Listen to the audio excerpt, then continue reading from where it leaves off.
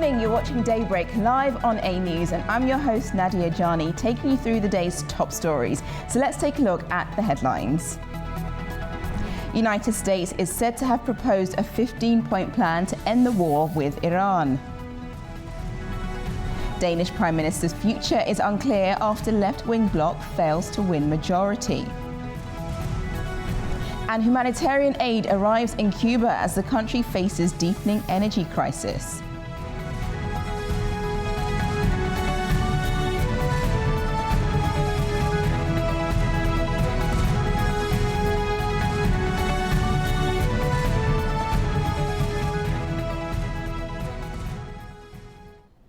First this morning, a reported US 15-point plan to resolve Middle East tensions calls for dismantling Iran's nuclear capabilities program, halting proxy support and keeping the Strait of Hormuz open.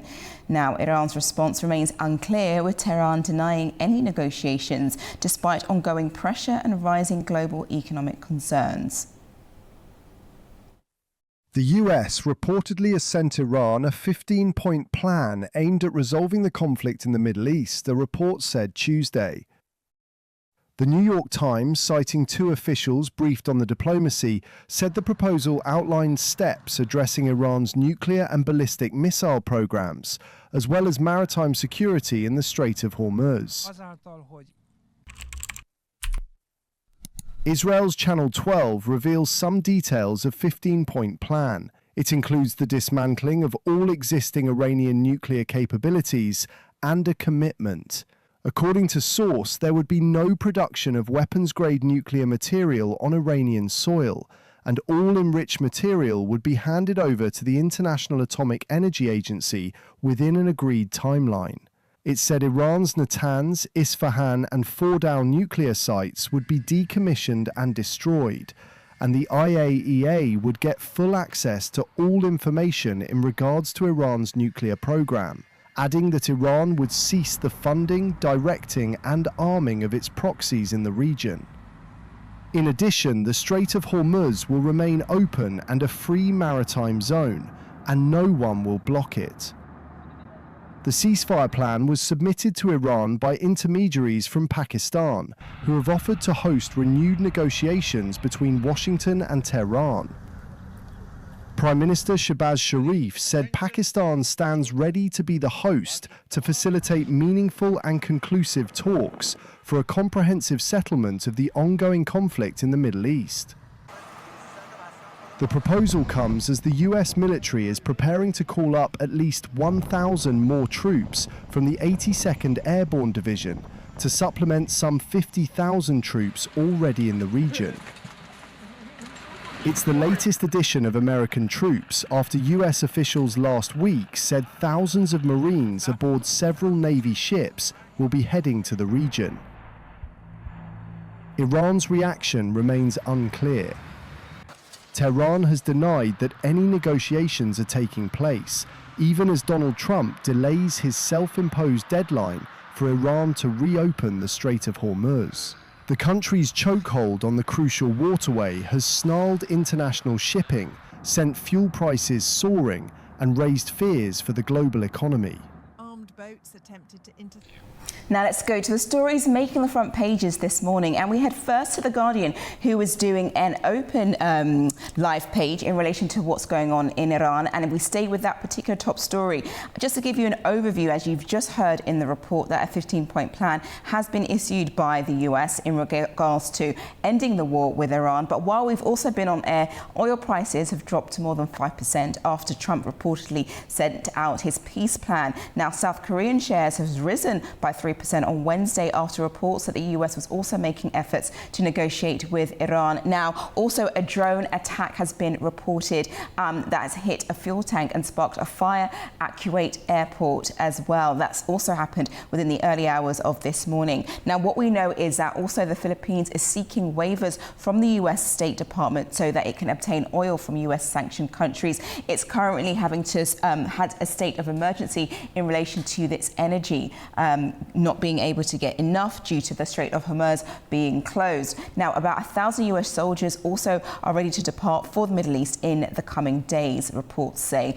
And Israeli strikes kill 6 in Lebanon. That's what state media has reported. And the US has sent, as I mentioned, the 15-point plan to Iran in relation to causing an end to the war there. Now, Pakistan has also offered to host talks between Iran and the United States in order to mediate some kind of ceasefire or some kind of reopening of the Strait of Hormuz. But we'll definitely keep you updated throughout the course of the day in regards to what is taking place. Right, now let's go to our next story that's making headlines this morning, and that's the New York Times. Aid ship departs for Cuba as island grapples with fuel blockade. Now, I can say that aid has finally reached the Caribbean country after being plunged into a total darkness twice last week. Desperate relief has now arrived in Cuba. Now, the aid that did arrive in Cuba was a small ship that departed last week from the port of Progreso in Mexico and entered the Havana harbor early Tuesday. Now, it delivered 14 tons of food, medicine, solar panels and bicycles to Cuban authorities. It was one of 3 ships in the flotilla of aid to depart from Progreso, with the other 2 due later to arrive very soon. Now, why is this happening? The Trump administration has cut off all fuel supplies to the island nation and threatened to slap tariffs on countries that deliver oil to Cuba. Now, while the Trump administration has renewed an emergency order authorizing US authorities to intercept, detain and seize vessels traveling to Cuba, that restriction only really applies to US registered boats. So that's why they're able to get this flotilla is able to get aid to Cuba, because it's not US related. Now, other countries have also included in the aid attempt is Brazil, and as I mentioned, Mexico have successfully sent large humanitarian shipments in recent weeks. So we'll definitely keep you updated in regards to that. We know the country is very much buckling under the pressure of not receiving its normal oil shipments, as well as a number of impact it's having on its national grid, as well as food in that particular country as well. We now head to our next title making the headlines, and that's social media bans and digital curfews to be trialled in the UK for UK teenagers. Now, what is going on in regards to this? If I remind you, last year Australia actually was the first country to enact a ban for under 16s not to use social media, and it's currently all in force, and other countries have been deciding to look more deeper into this and what it can offer. So right now the UK is now doing a tester trial, a pilot trial with 300 teens will now have their social media apps disabled entirely or blocked overnight or capped to 1 hour's use. So some will also see no such changes at all in order to compare their experiences. Now, it will run alongside the government's consultation asking whether the UK should follow in Australia's steps by making it illegal for under 16s to have access to many social media sites. Now, children and parents are both involved in the scheme and will also be interviewed before and after to assess its impact. There has been widespread political support for this in regards to having a social media ban, with countries including France and Spain and Indonesia also considering trying to copy what Australia has been able to implement. However, there are also some experts that are a bit more sceptical in regards to that, warning that such things like this and such restrictions could be easily circumvented or could push children to darker corners of the internet. But we'll keep updated in regards to how the pilot scheme goes for the UK and whether or not it's something they decide to take on and it's of benefit. Well, that's your press roundup for this morning. After the break, I'll be discussing the rest of the global stories, so make sure you stay with me.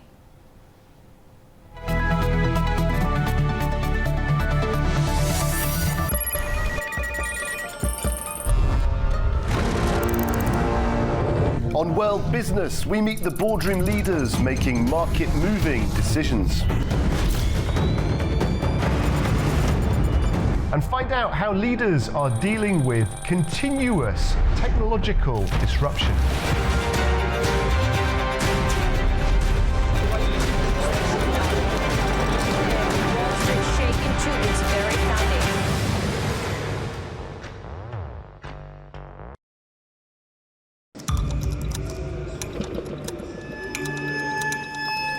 In Inside Politics delves deeply into the heart of global issues shaping our world today.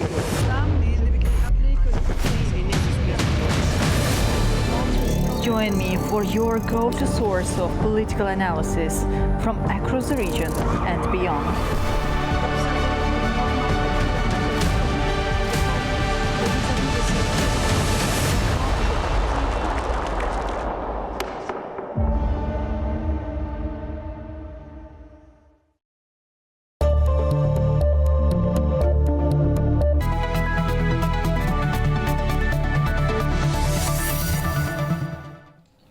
Welcome back, you're watching Daybreak. Now let's turn to the global market.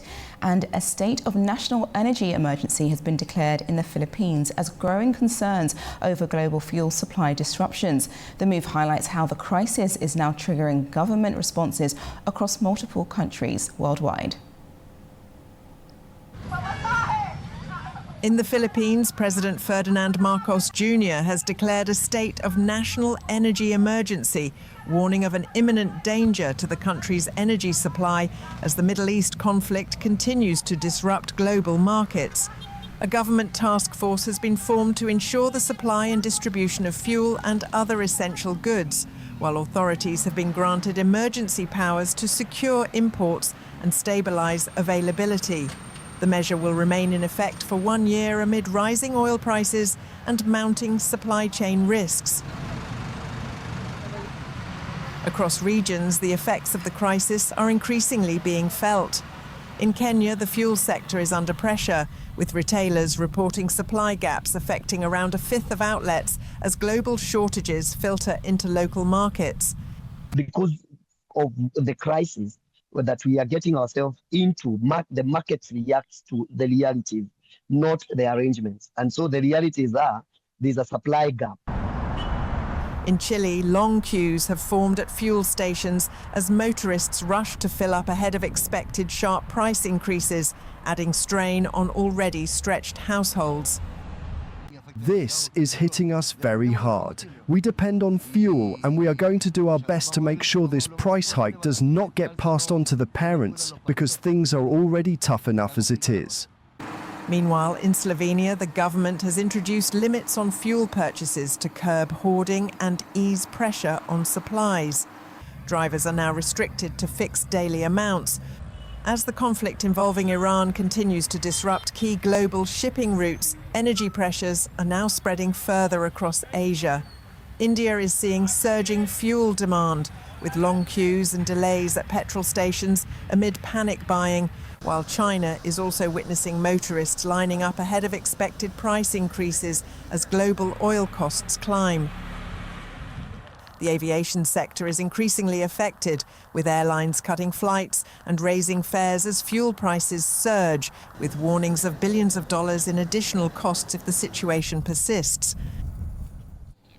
And it's these soaring fuel and energy prices many hope will encourage a peaceful solution to put an end to the war and reopen the Strait of Hormuz. Now, here to further unpack this is sustainability and energy expert Özgür Güven. Welcome to the programme and for joining me. Good morning. Thank you. My first question is, the growing oil prices is a global concern, and countries that we've just been reporting about have had to temporarily adapt. We've just reported the Philippines have had to declare a state of emergency and requested the use of US sanctioned oil. Will we see more of this in the coming days, especially because of the strait is no longer open as it used to be? As far as I'm joining you guys from Ankara, and as far as Turkey, thanks to Trump's latest remarks that the oil prices went down. I mean, in Turkey, I don't know about Philippines. Yes, I also heard it in the news. Most likely, I mean, the US administration is trying to slow things down or lower the oil prices down, and we saw the effects over here. And probably what we hear is correct, if Iran and the US started to talk, we have the peace talks, then most likely we will have a slight decrease in the oil prices in the coming days. Of course, it's not gonna be a huge one in the next few weeks at least, but at least psychologically, it's gonna be down. And in regards to, let's turn to the impact that it's having on food and agriculture, only because the WHO has just reported that the closure of the strait could actually cause food scarcity. We know it's also affecting fertilizers and the use of ammonium nitrate as well. Why is that significant? Actually, it's going to have a huge effect on carbamide or urea, mainly, not ammonium nitrate. Ammonium nitrate is the alternative for urea. I don't know the exact figures, but probably around 60 to 70% of the world's fertilizers, like urea fertilizer, is coming from the Gulf. And the US is basically mostly has been fed by the Gulf. Iran is also, I'm sure, is affected by it. And when you don't have urea, it's one of the main fertilizers on Earth, like chemical fertilizer on Earth, that is going to affect everything on agriculture. Me, myself, as a semi-farmer, we already saw huge, the fertilizer urea prices already doubled up. Thanks to the Turkish administration's recent decision, ammonium nitrate was not allowed in Turkey, as in many countries. They temporarily allowed it to ease down lower down the fertilizer costs. But this has another impact. Ammonium nitrate is an explosive, so it has to be cared very carefully. As you remember, in Beirut at the port, the huge explosion was because of an untreated ammonium nitrate stock in Beirut port. Accidents like that, small or bigger, may happen, so people must be very careful. But hopefully, as I said, that if the peace talks proceed, then we will have lower prices on fertilizer as well, which will affect globally the food prices. Yes, a lot of stuff hinges on the fact of these peace talks, but even so, there is a delay, especially even if the Strait of Hormuz was to be reopened in the next week or so. There's a backlog of oil shipments that many countries are waiting on.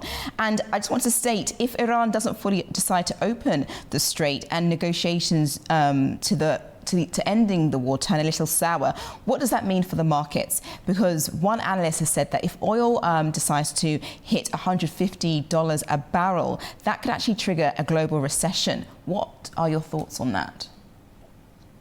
I totally agree. It's going to create a recession. If 150 see the prices of 150, we will definitely be affecting every sector. Agriculture is just one of them. Production. As far as I know, including my own country, people are being most of the industry who is based on plastics, who's being like PPP or PPO, like all those plastics that is based on oil, most of it coming from Gulf, and many countries in Turkey, for example, during the Eid holiday, they doubled the holiday. They extended it because they don't have resources to produce. The manufacturing costs are high, yet not only the cost, but you can't find resources. You can't find raw materials in many countries. And because of this effect, all this, I think the impact will be huge. Yes, I totally agree with that comment. Yeah, and the importance of the oil route is being played out in real time. We are seeing just the impact that that's having worldwide by this particular important route. Do you think the US adequately planned for this, or perceived that this could be used in a war against Iran, that Iran would actually close the Strait of Hormuz? I hope not, but it is very likely to happen.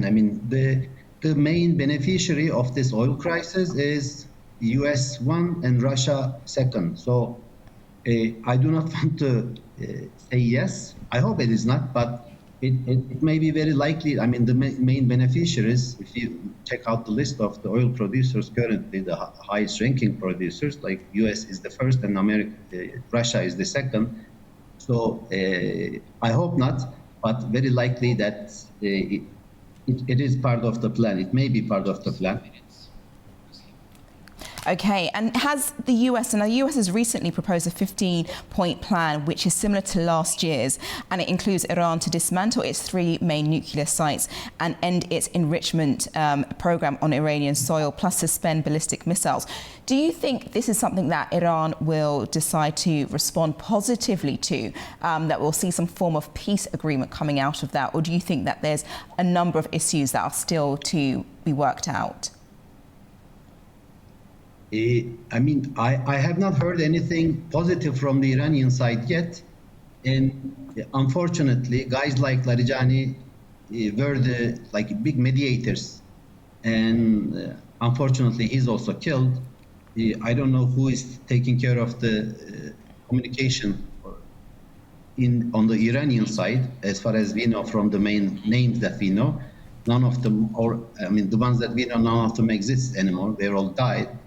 So, and I have not heard anything from the Iranian side positively, but I hope if the plan, most likely Iran will resist on some of those items on the 15-point plan. I say, inshallah, it happens. Inshallah, Iran also responds positively, but so far we have not heard anything. And I have to reinstate again, on the negotiators on the Iranian side, previous ones that we knew, they're all gone. I don't know what was the plan of Israel or US on killing those guys. So who's gonna continue on the negotiations? That's also a big question mark. And my last question, just on all of this, especially just looking towards energy, and as a sustainability and energy expert, have you seen anything like this that has really hit the market in all of your years in regards to the Strait of Hormuz and the war in Iran impacting global markets like this before? No, this is the biggest. I think we all seen in my life. I mean, I'm 50 years old, and I may not know the crisis in the 70s or the 80s. I may not remember them, but then this is the biggest one. And most of all, anybody who's going to travel to the Gulf, I mean, mainly starting from Dubai and the rest, for tourism purposes or residing over there, they're going to have a question mark. It never happened before. I don't know if they have. Some of my colleagues, friends, they are already planning to move their families out. This is something first. You know, we all know that the region is one of the safest regions on earth.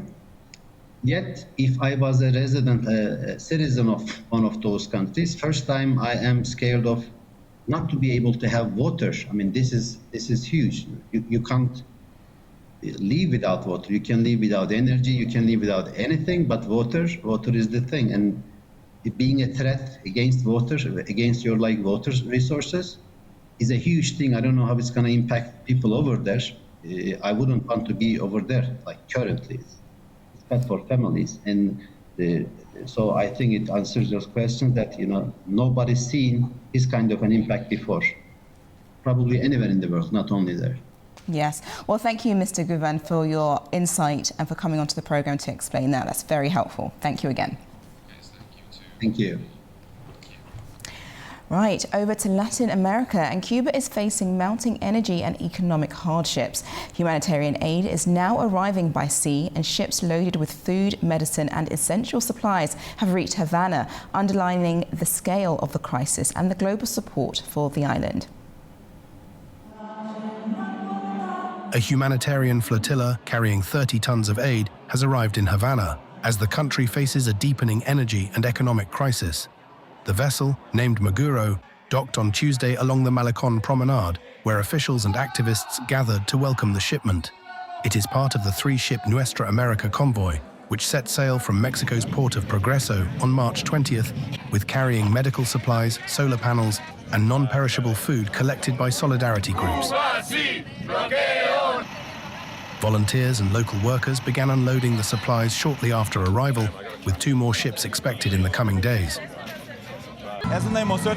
This is an immense emotion for us being here because we know Cuba is the most solidarity-driven country in the world. We come in return, a country that sent medical brigades, teachers, and made so many gestures of solidarity, now needs our support. A day earlier, a Mexican Navy ship, the Huasteco, left Veracruz carrying additional humanitarian aid as Mexico's President Claudia Sheinbaum pledged support and explored fuel supplies to Cuba, despite tariff warnings from Donald Trump. I know both very well. Cuba's growing dependence on aid follows months of severe fuel shortages. In January, Washington moved to cut off Venezuelan oil exports to the island after taking action against Nicolas Maduro. Venezuela had long supplied Cuba with oil on favorable terms, making the sudden halt a major blow. Since then, Cuba's energy system has come under intense pressure. The national grid collapsed twice in a single week, leaving large parts of Havana without power. Besides the fact that there's no food, there are thousands of resources that don't exist in this country. Now with these blackouts, the little food people have spoils, and you don't know what to do anymore. You don't know if you can buy food for a month, or for a week, or for a day, because you never know when the electricity will go out. 1 minute, everything is lit up, and the next minute, everything goes down.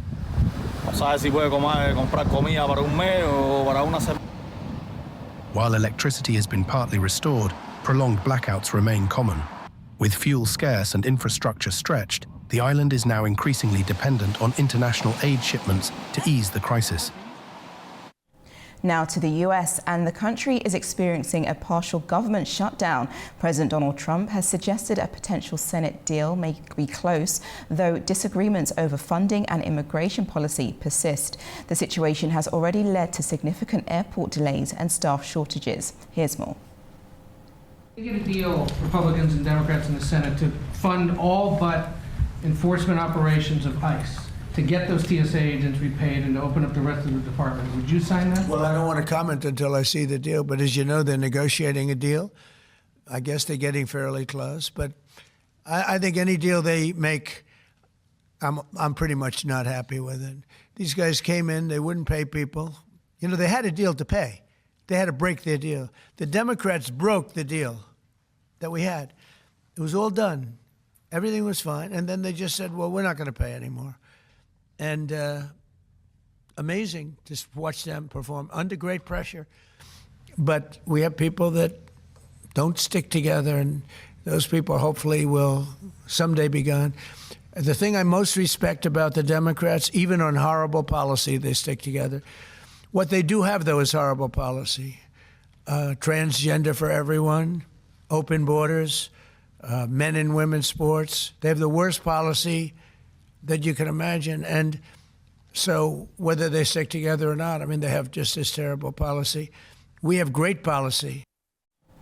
Over in Europe now, and Denmark faces a period of political uncertainty after a tightly contested parliamentary election left no clear majority. Despite losses for Mette Frederiksen's Social Democrats coalition, talks will now decide who forms the next government. Frederiksen called the vote months earlier than expected after a standoff with US President Donald Trump over the future of Danish semi-autonomous territory of Greenland. Mette Frederiksen's Social Democrats recorded their worst election result in more than a century in Denmark's parliamentary vote on March 24th, according to final projections. The centre-left party, in power since 2019, won around 38 seats in the 179-member Danish parliament, down from 50 in the previous election. Despite the setback, Frederiksen said she is ready to remain in office, though forming a new government is expected to take time. In modern times, with 12 parties in the Folketing Danish parliament, it is still this party, our party, that is able to embrace people, high and low, young and old, city and country, and we reach out. We reach out for responsibility, even when it comes at a price. We have always done that, and we will continue to do that, and I am still ready to take on responsibility as Denmark's Prime Minister. The election was largely shaped by domestic issues, with voters focused on the rising cost of living, welfare and pensions, overshadowing foreign policy achievements. This came despite Frederiksen's firm stance against Donald Trump over Greenland and her strong support for Ukraine. Results showed the left-leaning bloc slightly ahead with about 84 seats compared to 77 for right-wing parties, but neither side secured a clear majority in Parliament. Centrist leader and Foreign Minister Lars Løkke Rasmussen emerged as a key figure, with his moderates party likely to play a decisive role in coalition talks. He called for unity, stressing the need for cooperation in an increasingly uncertain global environment. Frederiksen had called the election early in an attempt to strengthen her mandate, but analysts say economic concerns and voter fatigue after nearly 7 years in power contributed to the party's historic decline.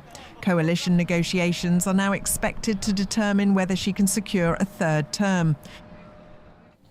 Now let's turn to the war in Ukraine and heavy fighting, with both sides claiming major strikes and drone losses. Now Ukraine reported shooting down more than 1,000 drones in 24 hours, calling it one of the heaviest air attacks since the start of the war. Officials also said Russian drone strikes hit several cities, including Lviv, damaging residential buildings and parts of a historic UNESCO-listed area and injuring several people. Russia's defense ministry said its forces struck Ukrainian military and industrial sites, airfields and other targets, and also claimed it downed hundreds of Ukrainian UAVs.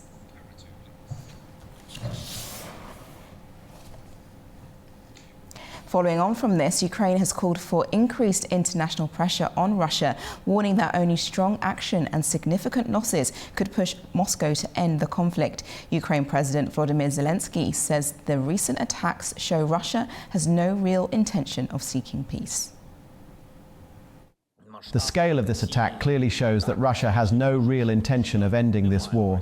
And considering that Russia is also helping the Iranian regime carry out strikes across the region, the conclusion is obvious. Without additional and strong pressure on Russia, without tangible losses for them there in Moscow, they will not develop any desire to move away from the war or return to peace. It is precisely pressure that is currently lacking. On the contrary, there are signals encouraging Russia to continue what they have been doing for years, only increasing aggression. The partial easing of sanctions against Russia works in Russia's interest to continue the war.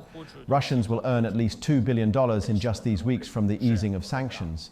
This is With global tensions reshaping priorities, even major industries are now rethinking their future, and now car makers could be next. In Europe, Volkswagen is reportedly exploring a shift from building vehicles to supporting missile defense production as demand grows and security takes center stage. A News correspondent Anita Sharma has more. Welcome to This Day in Europe, where Volkswagen is reportedly exploring a big shift from building cars to producing missile defense systems. The Financial Times says the German automaker is in talks with Israel's Iron Dome manufacturer to repurpose at least one factory for defense production.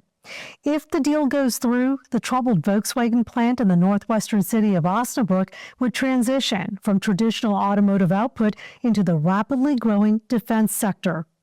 Volkswagen is already in a joint venture between subsidiary truck manufacturer MAN and German arms group Rheinmetall to make military vehicles.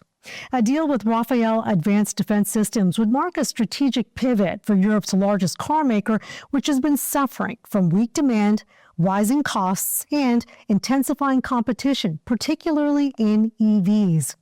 Production could start in a year, with the Osnabrück plant making various Iron Dome parts, while Rafael is reportedly planning a separate production facility in Germany for the system's missiles, which must be handled on a specialist site. Rafael apparently sees potential to sell the Iron Dome system to governments across Europe as the continent tries to boost its air defenses amid Russia's full-scale invasion of Ukraine. However, questions remain about whether the Iron Dome is suited to Europe's needs. Experts say effective defense against airborne threats requires a layered system coordinated across multiple countries. In that context, Iron Dome's role may depend less on what it can do and more on how well it can be integrated. Because in Europe's defense, capability alone is not enough. Coordination is everything. For A News, I'm Anita Sharma in Arnhem, Netherlands. The United Nations has condemned a drone strike on Al Dinain teaching hospital in Sudan's East Darfur state that killed at least 60 people, including children and health workers. It warned that peace in the country remained elusive as fighting escalates. He calls on the parties to immediately de-escalate the fighting and agree to a cessation of hostilities. Mr. Guterres renews his appeal to the parties to work with mediators, including Pekka Haavisto, his personal envoy, to return to the negotiating table to pursue a lasting ceasefire with a comprehensive, inclusive, and Sudanese-owned political process. We stand ready to support any genuine steps to end the fighting in Sudan. In London, an arson attack earlier this week targeting emergency vehicles serving a Jewish community has heightened concerns about rising anti-Semitic incidents across Europe. Investigators are examining possible foreign links as security agencies respond to a wider pattern of threats targeting Jewish sites. Here's the report. A police investigation is underway in London after 4 ambulances belonging to a Jewish charity were set on fire in what authorities are calling an anti-Semitic hate crime. The attack happened early Monday morning in Golders Green, a neighbourhood with a large Jewish community. The vehicles, operated by the volunteer emergency service Hatzolah, were badly damaged. Gas canisters inside the ambulances caused several explosions, shattering nearby windows. No injuries were reported. Metropolitan Police Commissioner Sir Mark Rowley said officers are exploring possible links to groups connected to the Iranian state. However, he stressed it is too early to confirm any direct involvement. Police believe 3 suspects were involved. No arrests have been made so far. The case is not being treated as terrorism. But counter-terrorism officers are leading the investigation due to their expertise. Across Europe, security has been tightened following a series of anti-Semitic incidents. In Belgium, troops have been deployed in major cities to guard Jewish sites, including synagogues and schools, after an explosion at a synagogue in Liège earlier this month.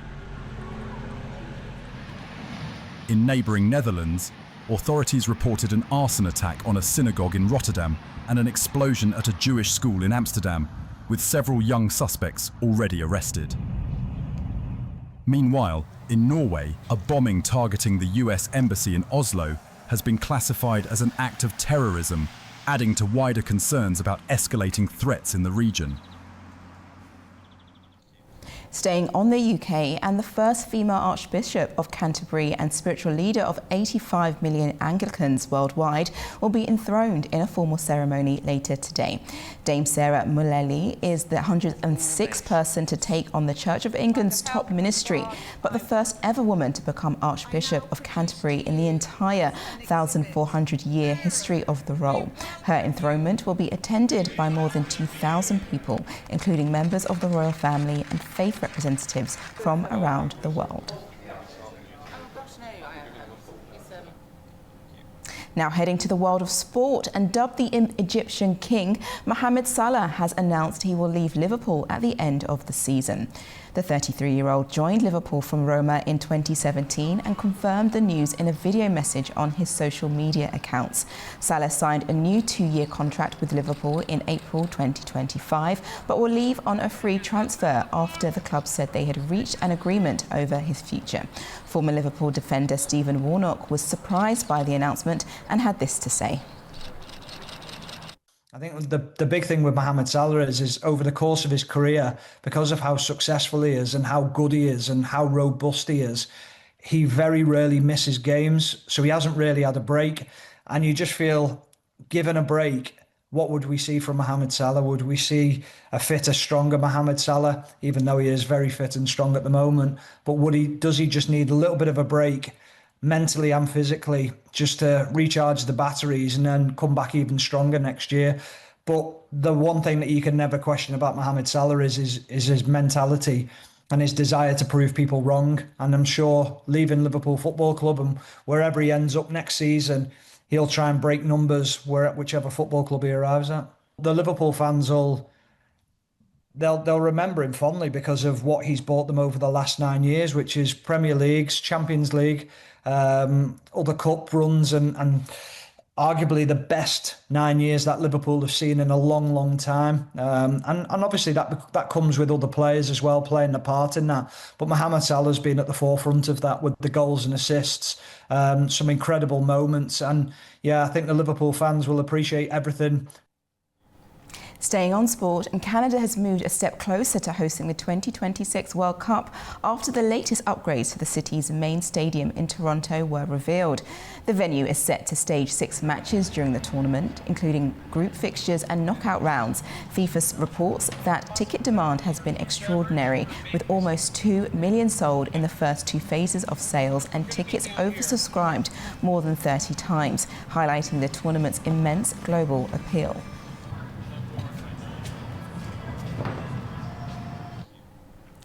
NASA is pushing ahead with major changes to its lunar strategy, shifting focus towards building a long-term human presence on the moon. Administrator Jared Isaacman says the agency plans to invest $20 billion in surface-based, signaling a new phase in the Artemis program. The move comes amid growing global competition as China advances its own plans for a moon landing by 2030. Isaacman. The NASA is introducing major strategic changes to its lunar program. The moon base will not appear overnight. We will invest approximately $20 billion over the next 7 years and build it through dozens of missions, working together with commercial and international partners towards a deliberate and achievable plan. Just as there was Mercury and Gemini before Apollo, there will be an evolutionary path to building humanity's first permanent surface outpost beyond Earth. And we will take the world along with us as they follow along on the NASA Moonbase website and watch the assembly through lunar relay and observation satellites. Speaking at an event in Washington, Isaacman said the decision reflects a shift in priorities under the Artemis program towards sustained operations on the lunar surface. He added that, despite technical challenges, existing gateway hardware could be repurposed for the new plan. Experts say the move is reshaping contracts worth billions of dollars and forcing contractors to adapt quickly. The decision also comes as China accelerates its own ambitions to land on the moon by 2030. Over to a quick break now. When I return, I'll be joined by a guest to go through some of the rising tensions happening across Afghanistan and Pakistan to dig further into that. So don't go anywhere.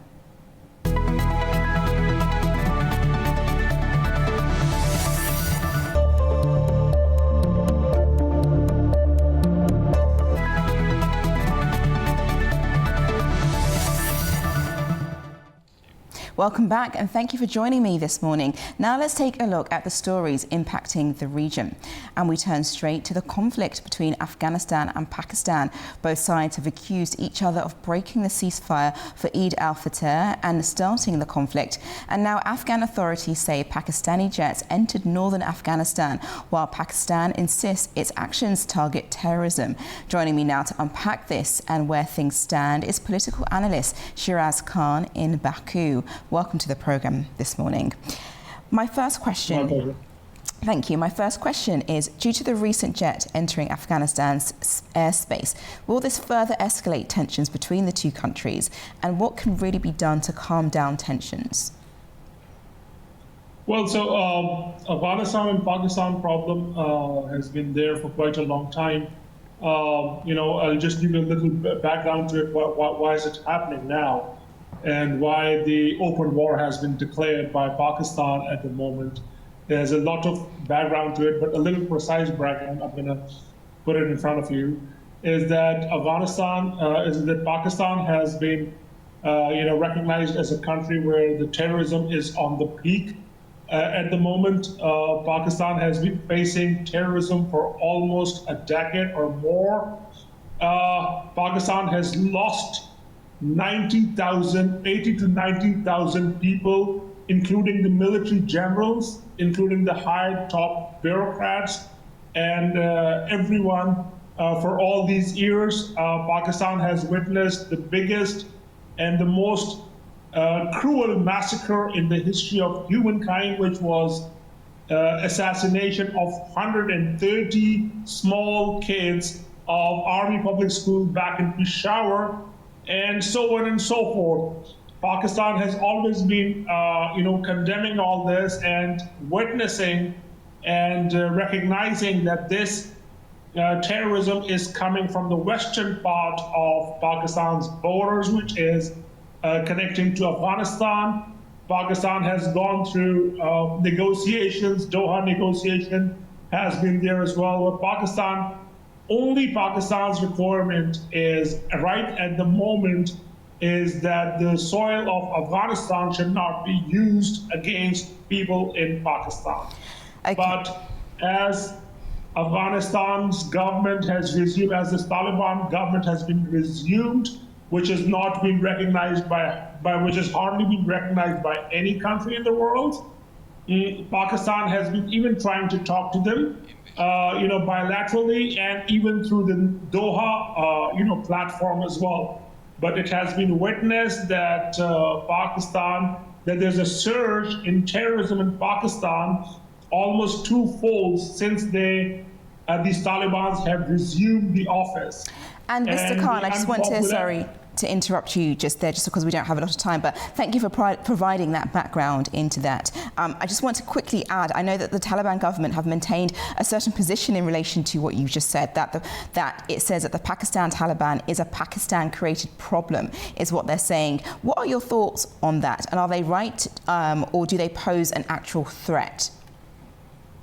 Well, I was reading one of the articles yesterday by one of the journals in the US, and it was saying that Afghanistan is the biggest threat for the world.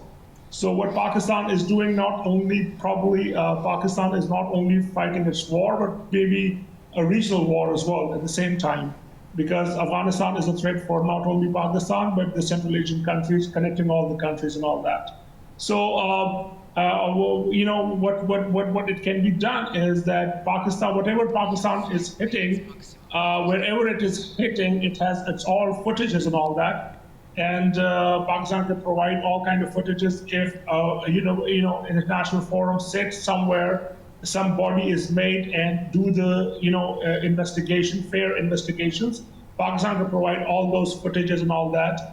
Because because the technology is so advanced now. The thing is that what all Pakistan wants is that the ground should not be used. And on the 26th February, by the way, it was Afghanistan who announced the offensive to Pakistan from different regions, from 53 different places on the Durand line, which is 2,600 kilometers. Okay. So it was Afghanistan which did offensive. So it was trying to, defensive of Pakistan. And then obviously, if Afghanistan cannot counter the terrorism in its own soil, then Pakistan had no other option but to declare an open war, because Pakistan has been witnessing, people are dying in Pakistan every day. Yes, no, definitely. And just to add on that, obviously, Afghanistan, both sides are saying the same thing. Afghanistan feels that it's also being targeted, and some of its civilians are also dying because of what's been going on both sides. But I just want to bring something else into all of this. In the midst of what's going on between the two neighbours, Pakistan has actually now stepped in and presented itself as a mediator between Iran and the US to host talks. Why have they decided to do that? Some might argue that they need to focus on ending their own border conflict and not focusing on the war in the Middle East. You see, the thing is that Pakistan is doing this conflict because Pakistan has gone to Qatar for the peace negotiation with Afghanistan, and then Pakistan has knocked almost every door, and then Pakistan was left with no option but to do that. And then Pakistan is, if a responsible country, a nuclear responsible country, a recognized military, one of the biggest militaries, one of the best militaries in the region, is telling the world that we are targeting the targets of Taliban, nothing else, no civilian casualties. I think the world should be focused on what Pakistan is saying, because on the other side is just the unrecognized country. And with the unrecognized, not unrecognized country, but unrecognized government. In the other part of this story, the other part of your question is that Pakistan wants peace in the region, and Pakistan is in a position who has very good, strategic ties with U.S. and who has very good strategic ties with all the Middle Eastern countries, and also Pakistan is staged as a security provider for the Middle Eastern countries, especially UAE and all that. And it has gone into the pact and an agreement to it So being a responsible country, being a security provider, ties on the both sides, and obviously Pakistan shares a long border with Iran as well. And Iran government says that if Pakistan is mediating, we can only trust Pakistan, no other country. So Pakistan is considered to be, favorite on the both sides, and being the good military might, and being the superpower in the region, not being the superpower, being the nuclear power in the region. Pakistan can do that. And Mr. Khan, just very quickly, my last question in all of that then. What is it that you think Iran and the US will be able to agree upon, only because there's been a recent 15-point plan that the US has, it's been reported that the US has sent over to Iran in order to cause a ceasefire and open up the Strait of Hormuz. As Pakistan is entering into this mediating space, what will it take to stop the war? Well, Pakistan would like to stop the war, because it goes in Pakistan's favor as well, and it goes in U.S. favor and probably in Iran's favor at the time. Because, but the thing is that right now Pakistan is trying to mediate and might have talked to both of the countries. Pakistan's, army military chief has talked to Trump himself. And the Prime Minister has talked to the Iranian head, the government head, and I think they will be negotiating. I think things would get better. Hormuz obviously is a problem for the whole world, economic problems and a lot of oil shortages and all that. So that can bring to the halt. So Hormuz will be obviously the part of the discussion. And I think Iran will, do something about it as well. And I think things might be settled down, but Pakistan is hosting this thing in Islamabad in coming days. I hope things would be all right. Okay, well, we'll definitely be keeping a close watch on all of that. So thank you very much for joining me this morning, Mr. Khan, and for your insights. My pleasure. Staying on Afghanistan, there have been renewed calls for girls' education to be restored in a new school year, which begins with millions still excluded from classrooms. International officials warn the ongoing restrictions could have long-term consequences for the country's development. RA News' correspondent Tamim Bahis reports from Kabul. The UK Special Envoy for Afghanistan, Richard Lindsay, says millions of Afghan girls will once again be denied their right to education at the start of the academic year. In a message marking the reopening of schools, he warned that excluding women and girls from education harms the country's future and hinders progress in every Afghan community. He stressed that education must be available to all. The United Nations Special Rapporteur on Afghanistan, Richard Bennett, echoed those concerns, saying the academic year has begun while girls are still not allowed to pursue education beyond the 6th grade or attend universities. He described the situation as difficult for Afghan women and expressed hope that they will be permitted to return to schools and higher education. The Afghan government has not yet commented on the recent remarks. The restrictions on girls' education and women's employment have been in place since the Taliban returned to power in 2021. Despite repeated international appeals, there is still no indication the bans will be lifted, leaving millions of girls unable to continue their studies. Tamim Bahis in Kabul, A News. Over to Georgia, and an official of the US State Department is visiting the country for talks with government officials, entrepreneurs and the civil society. Our correspondent Nini Nikolashvili has more.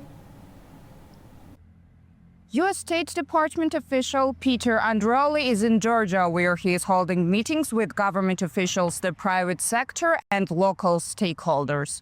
A key part of the visit is a trip to the port of Poti, one of Georgia's most important flexi ports and a central hub for regional trade.